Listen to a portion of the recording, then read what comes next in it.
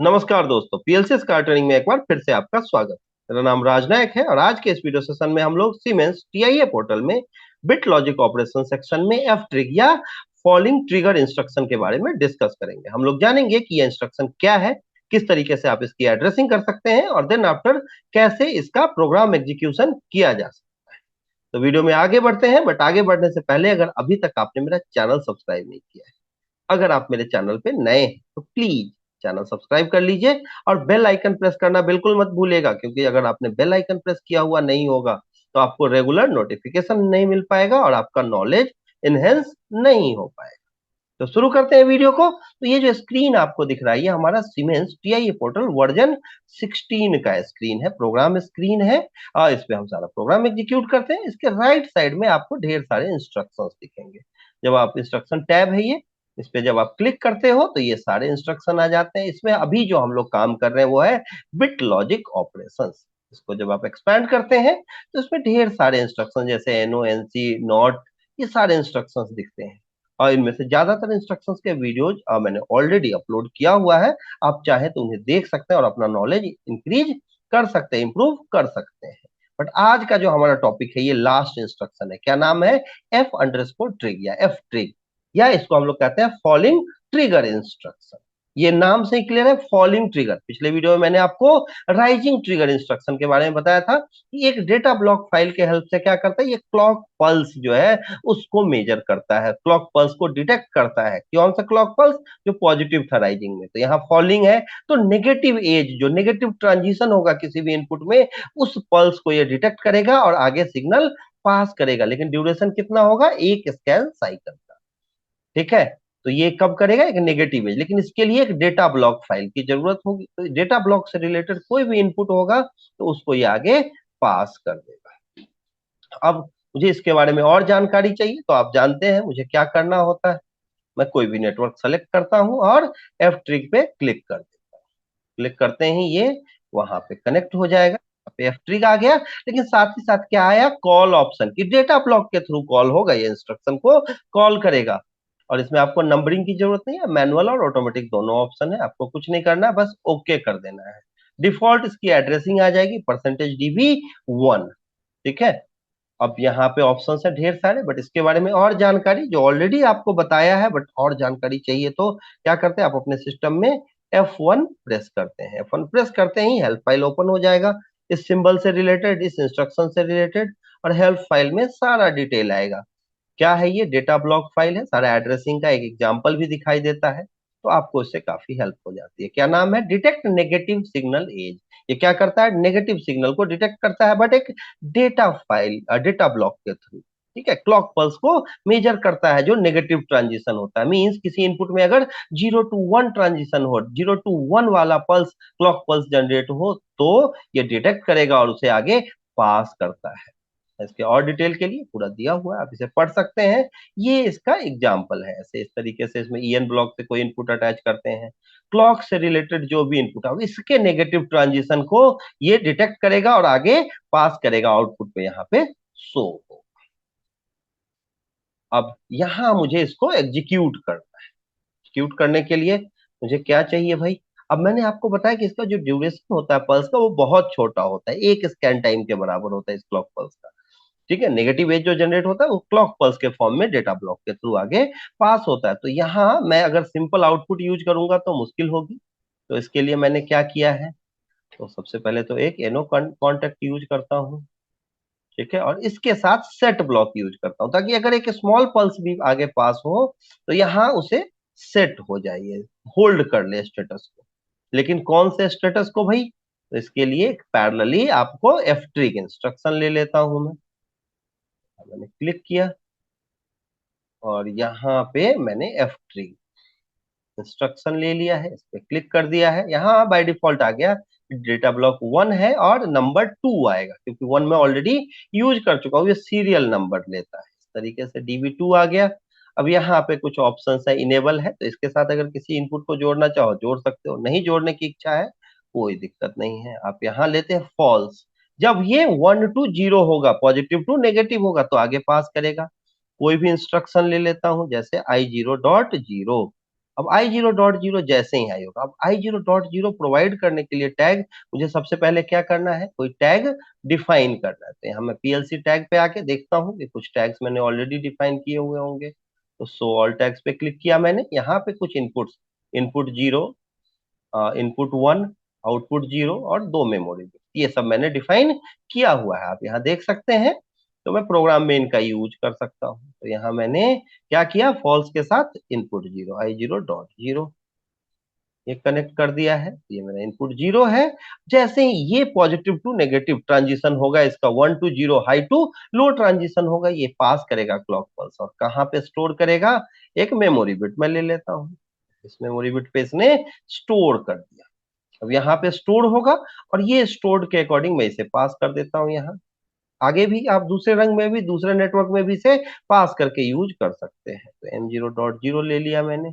अब जैसे ही m0.0 high होगा एक छोटे स्कैन के लिए, मैं किसी आउटपुट को सेट कर देता हूँ।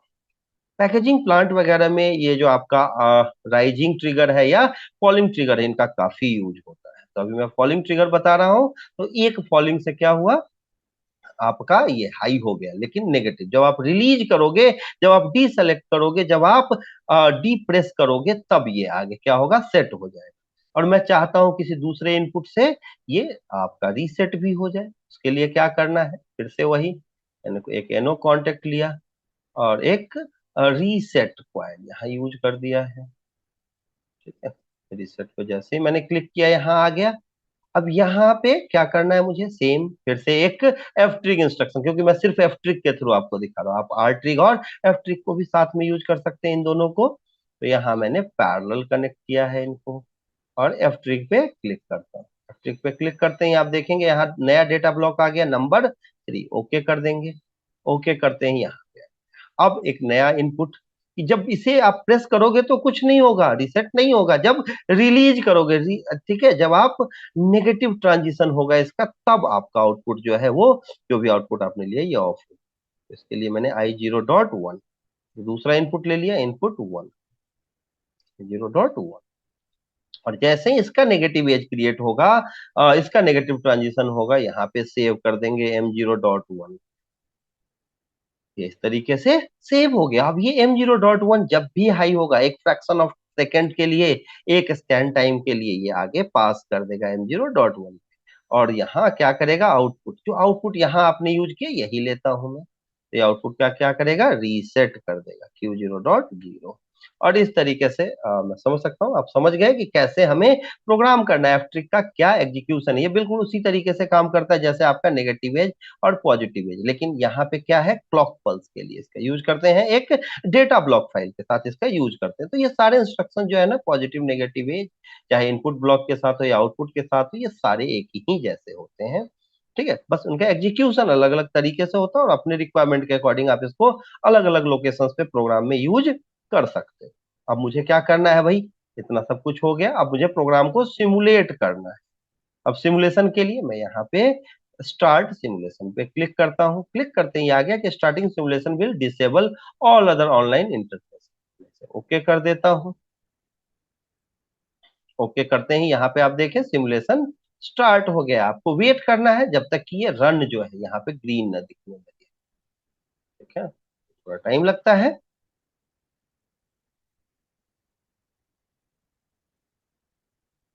अब यहाँ पे क्या आ गया ऑप्शन आपका, कि भाई लोड का, तो आपने लोड पे क्लिक किया। लोड पे क्लिक करते ही ये लोड कॉन्फ़िगरेशन कर रहा है।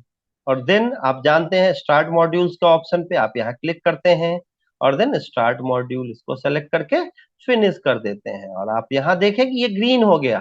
ठीक है, अब आपका जो सिमुलेशन है वो रन मोड पे आ गया है। अब इसका प्रोजेक्ट व्यू ओपन करना है, तो यहाँ जो आपको ये व्हाइट कलर का सिंबल दिख रहा है क्या है, इस पे जब कर्सर ले आएंगे तो लिख के आएगा स्विच टू प्रोजेक्ट व्यू। मैं इस पे क्लिक करता हूँ।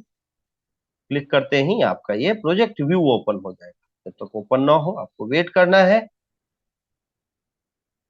अब यहाँ देखें आप कि पीएलसी सिम आपका ओपन हो गया, उसका प्रोजेक्ट व्यू ओपन हो गया। आप यहाँ प्रोजेक्ट पे जाके न्यू पे क्लिक कर सकते हैं और न्यू प्रोजेक्ट क्रिएट कर सकते हैं। यहाँ आपका पाथ दिया हुआ डायरेक्टरी है, आप चाहे तो इसे चेंज कर सकते हैं, ऑथर नेम वगैरह।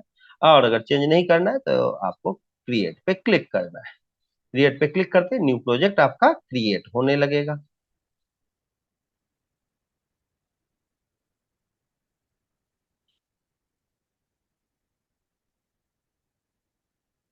अब यहाँ आप देखेंगे कि अब आपका ये जो प्रोजेक्ट है पीएलसी सिम का, ये क्रिएट हो गया है।